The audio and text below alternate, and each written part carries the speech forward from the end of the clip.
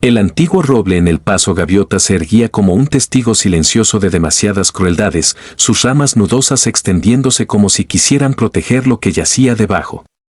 Haitiana, una joven mujer payute cuya familia había cuidado el río Owens durante generaciones, colgaba boca abajo por un tobillo, la cuerda áspera clavándose profundamente en su piel hasta que la sangre corría en riachuelos constantes por su pierna y caía sobre la tierra reseca.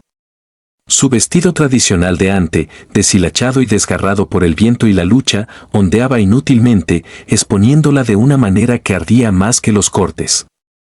La humillación era deliberada, pretendía quebrar su espíritu antes de que su cuerpo cediera. Había rechazado firmar la entrega de las tierras y los derechos de agua de su familia a Dr. Slade, el despiadado especulador de tierras que disfrazaba su codicia con el lenguaje del progreso. Por esa rebeldía, sus hombres la habían colgado al atardecer, prometiendo regresar al amanecer para terminar la lección. Las respiraciones de Haitiana eran cortas, cada una como un cuchillo en sus costillas. Su largo cabello oscuro colgaba como una cortina, enmarañado con polvo y lágrimas, la pintura de guerra roja y negra desvaída en sus mejillas se había corrido en líneas fangosas. Había luchado hasta que la cuerda venció, pero ahora la vergüenza superaba incluso al dolor. Escuchó botas sobre la grava, lentas, deliberadas, y abrió los ojos a un mundo que giraba. Una figura solitaria se detuvo frente a ella, botas polvorientas, chaparreras gastadas, la sombra de un sombrero de ala ancha.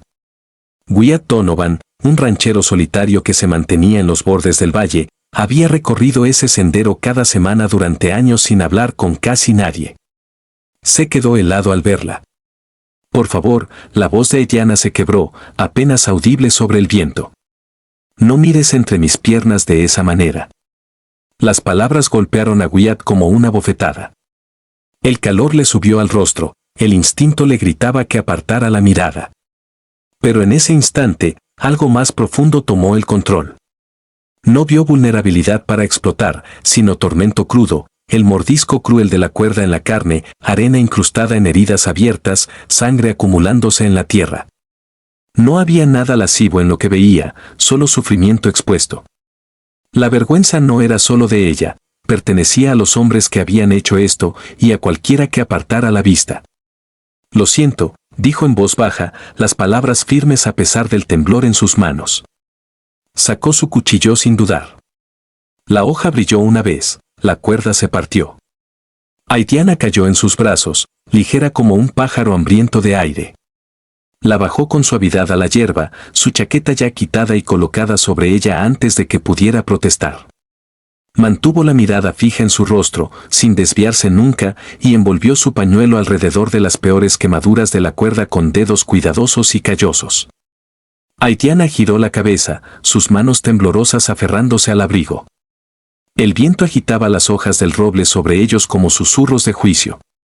Wyatt se sentó sobre sus talones, dándole espacio. «Volverán», susurró ella, con la voz ronca. Slade nunca deja las cosas a medias. Wyatt asintió una vez. Había oído el nombre de Dr. Slade en salones y cruces de caminos, siempre pronunciado en voz baja, como una maldición. El hombre compraba tierras con promesas y luego quitaba el agua con amenazas, dejando a las familias ver cómo sus campos se agrietaban y morían. Wyatt había apartado la mirada de esas cosas antes, diciéndose que un hombre solo no podía cambiar la marea. Pero al ver a Haitiana, al ver el costo de la negativa, esa excusa se rompió por completo. La levantó con cuidado y la colocó sobre su caballo, sentándola delante de él para que pudiera apoyarse en su pecho si lo necesitaba.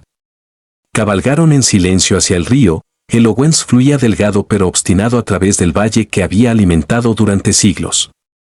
En la orilla, Wyatt la ayudó a bajar. Haitiana se arrodilló, sumergiendo los dedos en la corriente fresca. El agua recordaba las manos de su madre, las canciones de su abuela. Presionó la frente contra sus nudillos mojados y murmuró en payute, un saludo, no una oración. «Este es la sangre del valle», dijo, con la voz ya más firme. «Sin él, todo muere».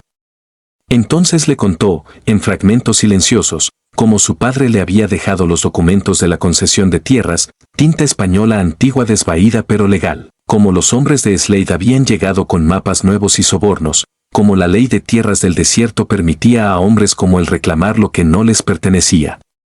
Desviaban acequias, dejaban morir los campos y, cuando Haitiana se negó a vender, la convirtieron en ejemplo. Wyatt escuchó sin interrumpir. Pensó en los niños Paiute que había visto años atrás, con labios agrietados por la sed mientras los colonos regaban nuevos cultivos. Entonces había apartado la mirada. Ahora no lo haría. Ya no está sola, dijo simplemente. Pasaron semanas en un silencio cuidadoso. Wyatt llevó a Haitiana a su pequeña cabaña al borde del valle, nada lujoso, solo paredes resistentes y un porche con vista al río.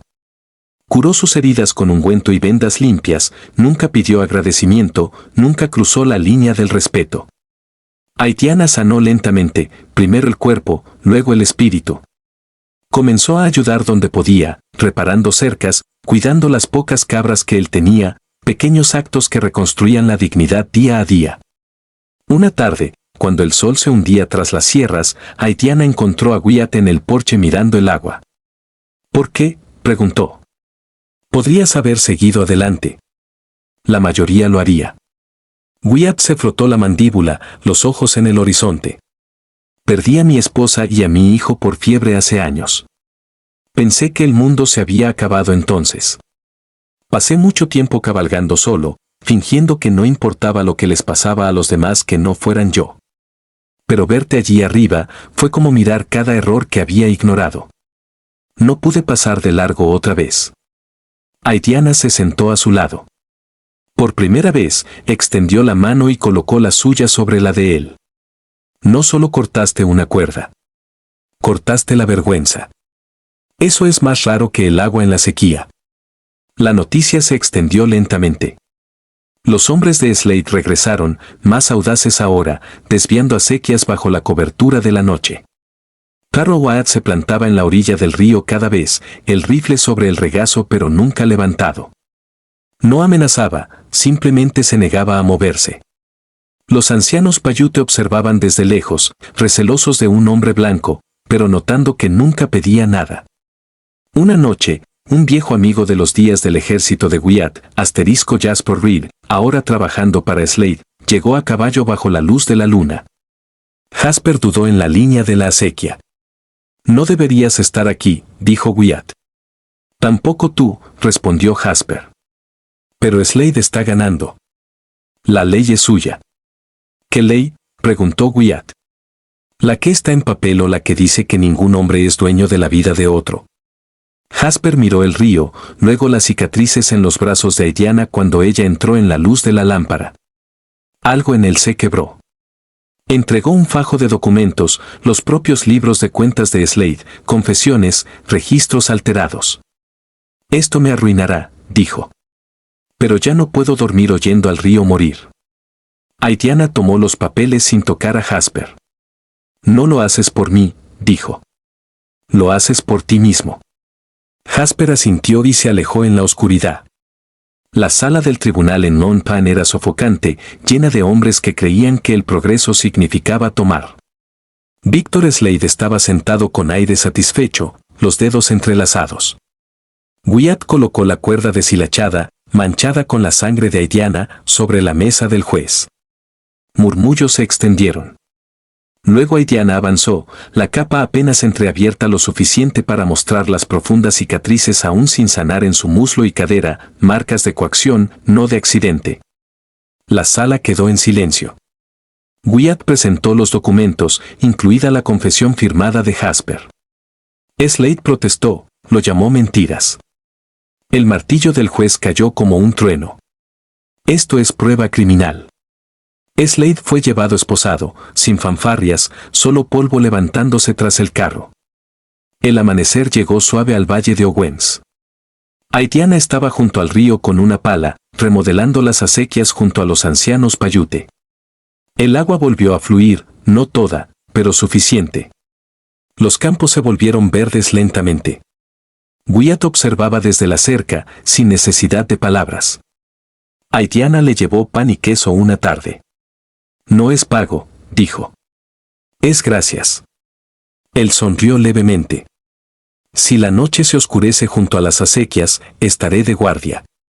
Se miraron, sin votos, solo comprensión. En la dura luz del viejo oeste americano, donde el agua significaba vida y la tierra lo era todo, la negativa de un hombre a apartar la mirada cambió más que un valle. La bondad no es ruidosa, es la elección silenciosa de ver el sufrimiento y actuar, no por recompensa, sino porque apartar la vista cuesta demasiado. Las cicatrices de Diana se desvanecieron, pero el río lo recordó. Y en su flujo constante, 2 personas y un pueblo encontraron la prueba de que la humanidad, ofrecida libremente, puede sanar lo que la codicia ha roto. La esperanza no llega como una inundación, se filtra como el agua que encuentra tierra agrietada, obstinada y verde, prometiendo que incluso los lugares más secos pueden volver a florecer.